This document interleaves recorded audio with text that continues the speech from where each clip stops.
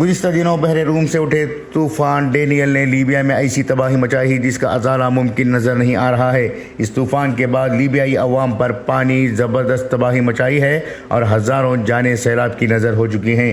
ایک رپورٹ کے مطابق اب تک 5300 سے زائد اموات ہو چکی ہیں اور 10,000 سے زیادہ لوگ لاپتہ ہیں۔ حالات کچھ ایسے پیدا ہو گئے ہیں کہ قبرستانوں کے سامنے لاشوں کے ڈھیر لگے ہوئے ہیں اور ان کی تدفین کے لیے قبرستانوں میں جگہ نہیں ہے۔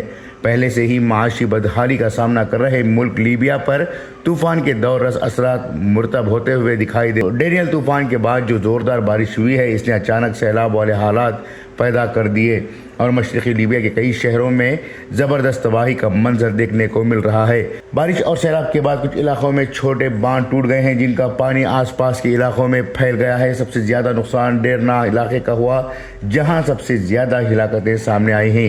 اس علاقے سے تقریباً 20,000 افراد نقل مکانی پر مجبور ہوئے ہیں۔ بتایا جا رہا ہے کہ آنے والے وقت میں ڈیرنا کو مزید مشکلات کا سامنا کرنا پڑ سکتا ہے۔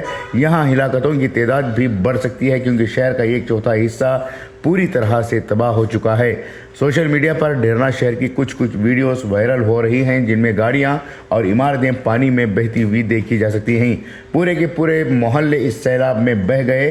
سیلاب نے پشتوں کو توڑ دیا اور تقریباً 1 لاکھ کی آبادی والے اس شہر کو تقریباً نیست و نابود کر دیا ہے۔